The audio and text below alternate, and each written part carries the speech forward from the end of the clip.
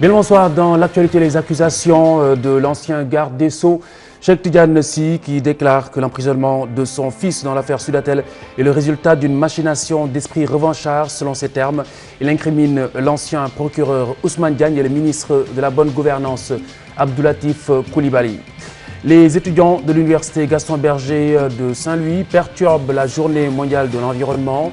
Ils réclament la tête du ministre de tutelle suite à l'annonce de la hausse du montant des frais d'inscription. L'entretien éclair reçoit ce soir Momar Samb. Il est membre de la coalition Benno Siggil Sénégal. Nous abordons entre autres la polémique entre l'APR et l'AFP au sujet du mandat du président de l'Assemblée nationale.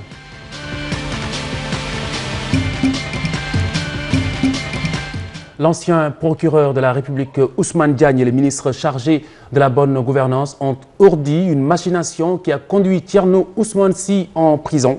Ce sont les allégations de l'ancien ministre de la Justice. Son fils est en prison dans l'affaire Sudatel. À ses yeux, il est victime d'un règlement de compte et demande au chef de l'État Macky Sall de s'y pencher. Cheikh Tidiane Sy était devant la presse. Voici le compte-rendu de Chérif Dia.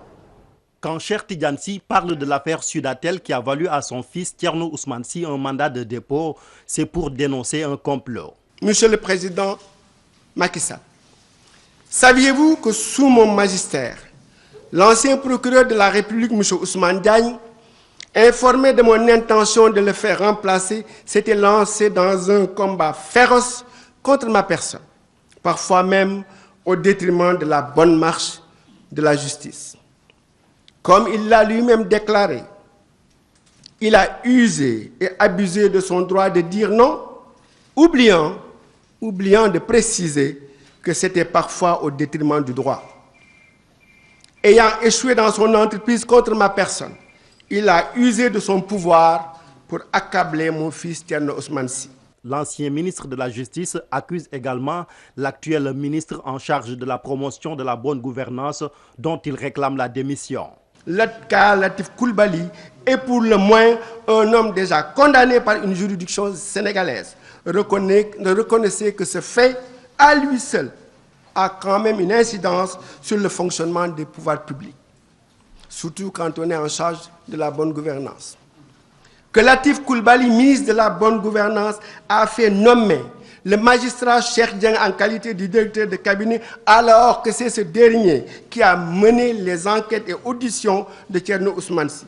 Toujours dans cette affaire Sudatel, Cheikh Tidiane Sy disculpe son fils, réclame un procès équitable et interpelle le président Macky Sall. Monsieur le Président, à quelques jours de recevoir le président Obama, saviez-vous qu'une certaine justice instrumentalisée et qui porte préjudice à l'image des magistrats intègres que j'ai connus a emprisonné un citoyen américain de manière totalement injustifiée?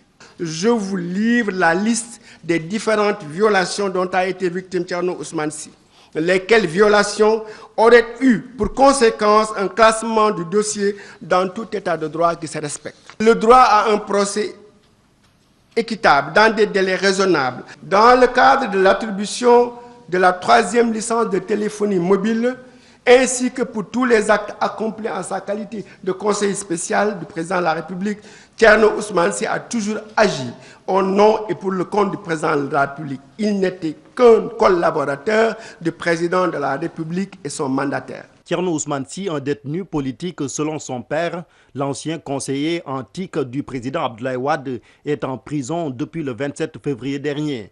Il est poursuivi pour complicité de détournement de deniers publics portant sur près de 11 milliards de francs CFA, corruption passive portant sur une somme de 10 milliards de francs CFA, association de malfaiteurs et blanchiment en bande organisée.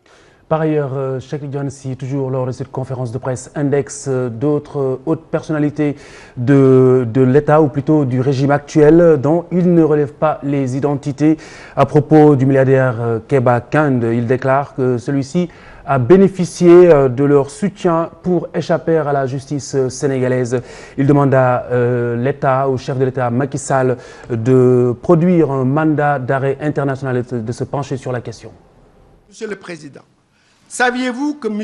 Keba Kand, banquier de son État, établi à Dubaï, est l'homonyme de M. Keba Mbaye, père de l'actuel Premier ministre? qu'il a été cité par Latif Coulibaly comme le complice de Thierno Ousmane Sy et qu'il aurait reçu 10 millions de dollars de commissions indues. Qu'il est l'auteur d'un email présenté à l'audience par M. Latif Coulibaly et publié dans son journal La Gazette, dans lequel lui, Keba Kende, réclame à Sudatel le paiement d'honoraires pour un montant de 10 millions de dollars, lequel mail n'était pas adressé à Thierno Ousmane Sy, mais plutôt à la direction de Sudatel. Monsieur le Président, saviez-vous que ce personnage clé n'a jamais, je dis bien jamais, été ni convoqué, ni entendu, encore moins recherché? Il a été question, dans une certaine presse, d'un soi-disant mandat d'arrêt international. Eh bien, mesdames, messieurs les journalistes, mesdames, messieurs, je vous informe qu'il n'en est absolument rien. En parcourant la liste des Sénégalais recherchés par Interpol, chacun pourra constater que le nom de M. Keba Kende n'y figure pas. Retour sur la Journée internationale de l'environnement, célébrée hier. Le thème a tourné autour de la sécurité alimentaire. L'intitulé « Penser, manger et préserver », un constat relevé au Sénégal. Le réchauffement climatique est bien réel et touche notre pays. Youssou Baro, Cheikh Abdou Khadre Mbacké Seck, Mariemba. Les changements climatiques, une réelle menace pour la planète Terre. Le Sénégal n'en est pas moins épargné. Ce pays subit le réchauffement climatique. Le réchauffement climatique est là, aussi au niveau du Sénégal, aggravé par l'érosion côtière qui est en train de prendre progressivement aussi sur le continent, rétrécissant donc les zones habitables. Les prévisions sont pratiquement pareilles que sur toute la zone sahélienne. Vous savez que notre problème réside au niveau de la zone de Dakar aussi, où il y a une très forte concentration de population, de véhicules, mais également d'industrie, donc de pollution, sur un espace qui est finalement très petit. Le triptyque « Penser, manger, préserver », thème de la 41e édition de la Journée mondiale de l'environnement, trouve sa pertinence dans le consommer local. Donc, penser à consommer local, des produits bio, et si on consomme local, cela a une incidence sur notre économie, parce qu'on va enrichir l'agriculture, notre agriculture, on va enrichir notre élevage, on va enrichir notre production. Donc je crois que préserver aussi, c'est très important parce qu'il ne s'agit pas de tout exploiter aujourd'hui, mais il faut exploiter de manière intelligente à ne pas dégrader notre environnement. À l'issue des journées scientifiques organisées à l'Université Gaston Berger de Saint-Louis, des recommandations sont proposées. Par exemple, pour le plastique, nous avons dit que c'est bien beau de mettre en place un système de récupération des plastiques, mais il faut identifier les responsables, c'est-à-dire ceux qui produisent les sachets plastiques. Ces industries qui produisent les sachets plastiques, mais doivent payer selon le principe pollueur-payeur. Donc ces industries, et là, c'est une piste pour une fiscalité environnementale. La Journée mondiale de l'environnement a vu la participation d'experts venus du Bénin, du Burkina Faso, du Mali et de toutes les universités du Sénégal. Également des forces de police par la force des choses. En effet, cette journée a été perturbée par les étudiants de Saint-Louis, ces étudiants qui ont affronté les forces de police. Ils s'insurgeaient contre le projet de la hausse du montant des frais d'inscription. Ces étudiants de l'université de Saint-Louis qui demandent la démission du ministre de l'Enseignement supérieur. Chose promise, chose faite, les étudiants de l'université Gaston Berger de Saint-Louis ont saboté la journée mondiale de l'environnement. Cause, la probable hausse des frais d'inscription. Pour le premier cycle, ça commence de 25 000 francs pour la licence 1, 30 000 francs pour la licence 2, 35 000 francs pour la licence 3, 40 000 francs pour la maîtrise, 50 000 francs pour la maîtrise, 60 000 francs pour le master 2 et 175 000 francs pour la thèse. Ces étudiants déplorent un coup de force des autorités sur les concertations nationales sur l'enseignement supérieur. À la place d'un consensus, un vote a été fait. On était venu, c'est une concertation. Qui dit concertation parle de consensus. Il se trouve que les autorités ont faussé le jeu. Ils sont venus, ils ont rempli la salle et quand ils ont vu que les étudiants étaient là pour défendre l'équité sociale, ils ont voulu amener un autre système, c'est-à-dire le vote. Il n'a jamais été question de vote. Face à cela, nous avons donné nos avis ils ont voté, ils ont remporté. Et quand ils ont amené les conclusions chez le président de la République, aucun représentant d'étudiants ne les a accompagnés. Aujourd'hui, ces décisions n'engagent pas les représentants d'étudiants ni les étudiants. Il demande le départ du ministre de l'Enseignement supérieur, Mary Teuw Niane. Les étudiants menacent également de perturber toute activité au sein de l'université. Que l'université Gaston Berger n'acceptera plus la visite d'aucun ministre, d'aucune autorité gouvernementale. Et cela jusqu'à ce que le président de la République ou le premier ministre ou encore le ministre de l'Enseignement et de la Recherche, ancien recteur, reviennent sur leur position. Après les concertations nationales, place à l'application des 78 recommandations. Le point sur les frais d'inscription reste la pomme de discorde. L'attention à l'ANAT, l'Agence nationale de l'aménagement du territoire. Le directeur administratif livre sa version des faits. 6 de ses agents dénonçaient des licenciements abusifs et également une gestion partisane de la direction. Eh bien, Moustapha Diouf parle pour sa part de manipulation, de diversion et accuse ses prédécesseurs de gabegie et de gestion nébuleuse. C'était devant les journalistes. À ce propos, effectivement, en début de semaine, on a eu quelques agents qui sont venus ici exprimer un peu un mécontentement par rapport à ce qu'ils appellent un licenciement. Il faudrait préciser que ce n'est pas du tout d'un licenciement qu'il s'agit. Il s'agit de fonctionnaires qui ont été remis à la disposition de la fonction publique. Cette disposition existe dans les statuts de l'ANAT, notamment en l'article 7, qui dit que le fonctionnaire détaché au niveau de l'agence peut à tout moment être reversé dans son corps d'origine sur décision justifiée du directeur général. Préciser que ce sont des fonctionnaires qui retournent à la fonction publique et qui gardent leur salaire. Donc c'est un abus de langage que de dire que c'était un licenciement. Il s'agit de 9 recrutements qui, en partie, concernaient des remplacements de postes suite au départ de certains qu'on a remis à la disposition de la fonction publique parce qu'ils étaient dans l'illégalité en venant toucher au niveau de l'ANAT un salaire et en même temps percevoir le salaire de la fonction publique. Donc il y avait un remplacement qui concernait ces gens-là qui étaient en situation irrégulière. 6 personnes-là, ce qu'il faut retenir, c'est qu'ils sont manipulés par des individus que nous avons identifiés et on sait à peu près ce qui est à l'origine de ça. Le choix d'autorité pour le parrainage de manifestations diverses et variées au Sénégal. Le réseau des jeunes parlementaires désapprouve et envisage un projet de loi contre une position diversement appréciée. Hadia Talla. Il est fréquent de voir des ministres, députés et autres dignitaires parrainer des manifestations. Parfois, ils ne lésinent pas sur les moyens pour rehausser l'événement. Selon certains, cette pratique sociale menace la stabilité. Les temps sont durs et on ne peut pas gaspiller de l'argent à tout moment. Franchement, je ne suis pas d'accord. En tant que Sénégalais. Habillement, repas, transport, ndawtal, ainsi de suite, tout ça. Bon, ça greffe dans une journée, vraiment c'est une masse impact d'argent que l'on dégage qui n'est pas au bénéfice du citoyen. Le parrainage, un concept donnant très usité, entache souvent les rapports sociaux. Le parrainage est un système hypocrite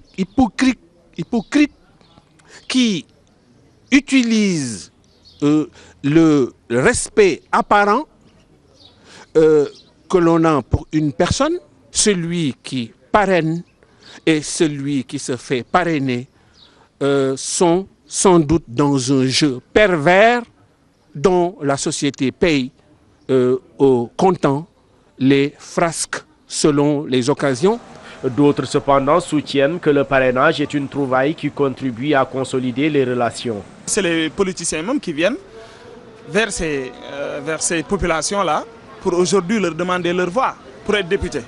S'ils viennent aujourd'hui dire qu'ils ne sont pas d'accord sur ces manifestations jusqu'à en aller essayer de proposer une loi à l'Assemblée, ça veut dire que vraiment ils ne comprennent rien de ce qui se passe dans ce pays sur les réalités. Des citoyens regrettent que l'esprit préalable des manifestations soit travesti et le concept galvaudé. Ce n'était pas des parrainages, c'était des présidences. C'est-à-dire, on disait que par exemple, le ministre doit présider à telle manifestation. C'est pour témoigner de sa présence, son autorité, tout juste pour venir agrémenter la manifestation. Et toute personne qui assiste à cette manifestation est au même pied d'égalité que celui qui préside la séance. On parle d'interdiction de parrainage des manifestations par des autorités et autres dignitaires. Au même moment, des pontes de la République et autres autorités sont annoncées en France pour participer à un gala de lutte. L'installation officielle du nouveau directeur général de la police nationale, le commissaire divisionnaire de classe exceptionnelle Abdoulaye Niang, a pris le témoin de main de son prédécesseur. L'école nationale de police a accueilli la cérémonie de passation de service.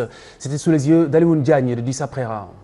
De police, auxiliaire de police, de par le président de la République, vous reconnaîtrez désormais comme votre chef le commissaire de police divisionnaire de classe exceptionnelle, Abdoulaye Niang, ici présent, et vous lui obéirez en tout ce qu'il vous commandera pour le bien du service, l'observation des lois, l'exécution des règlements et le succès de la police nationale.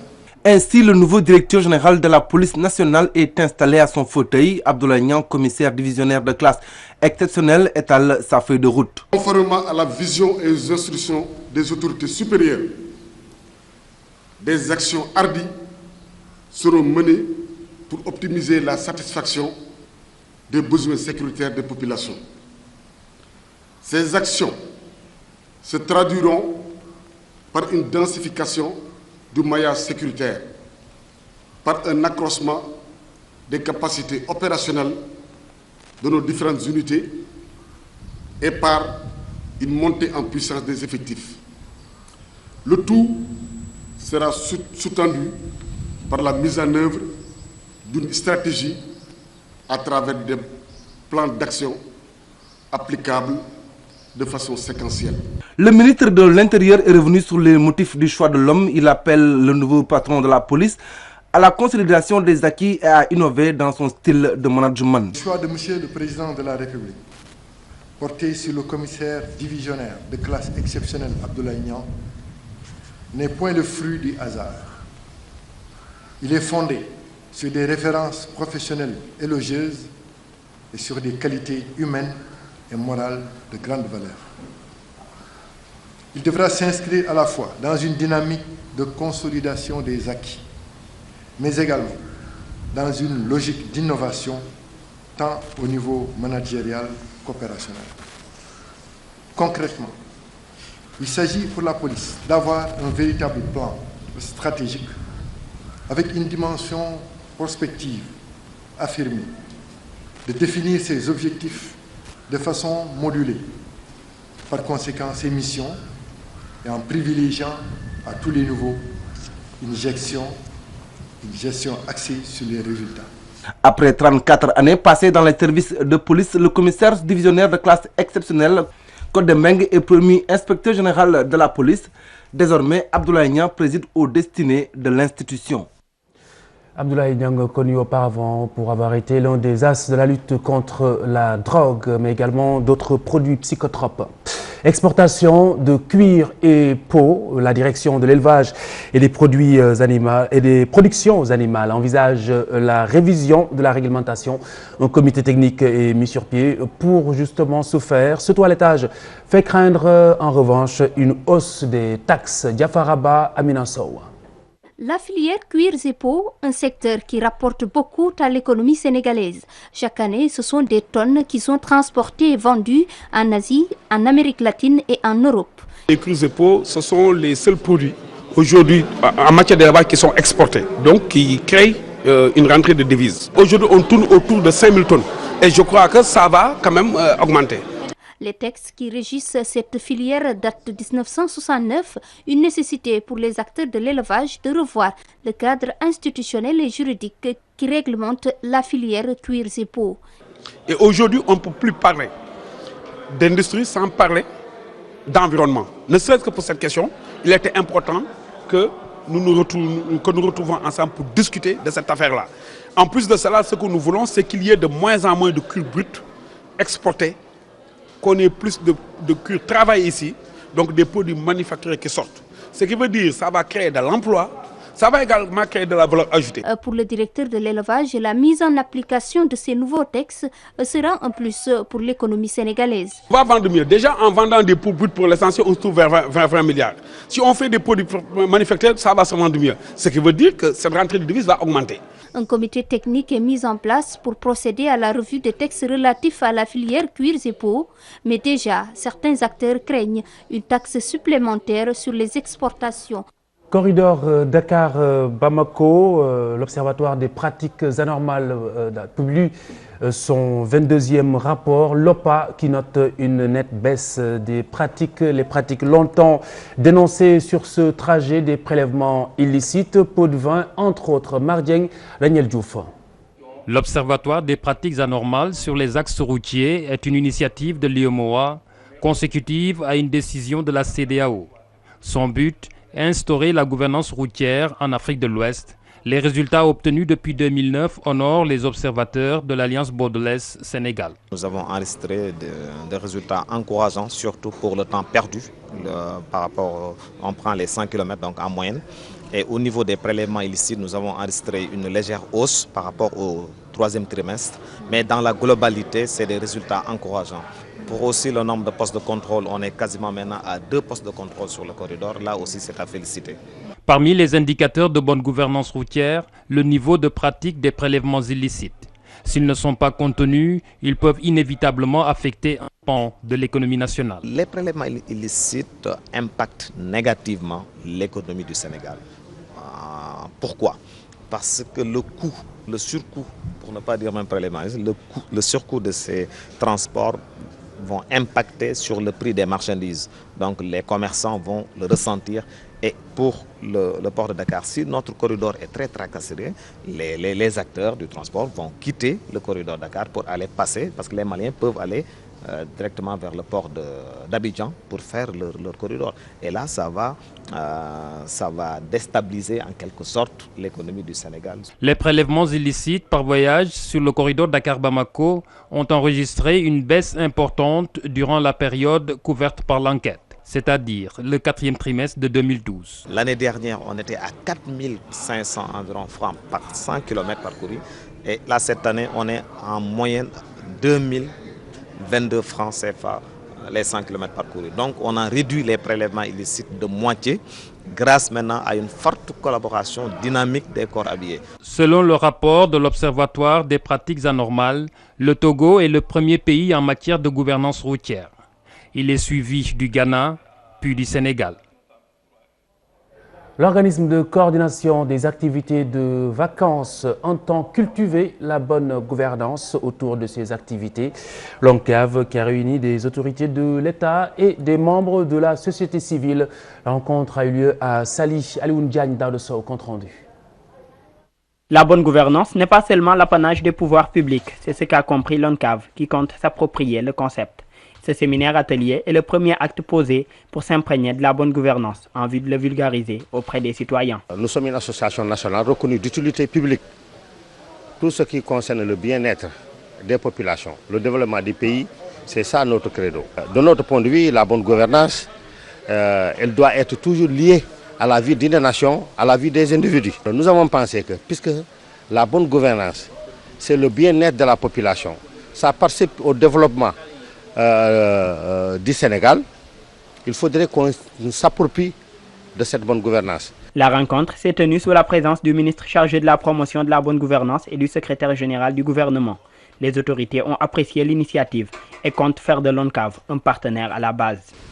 Je crois que les acteurs non étatiques sont des partenaires privilégiés du gouvernement pour la mise en place, l'exécution et l'évaluation des politiques publiques.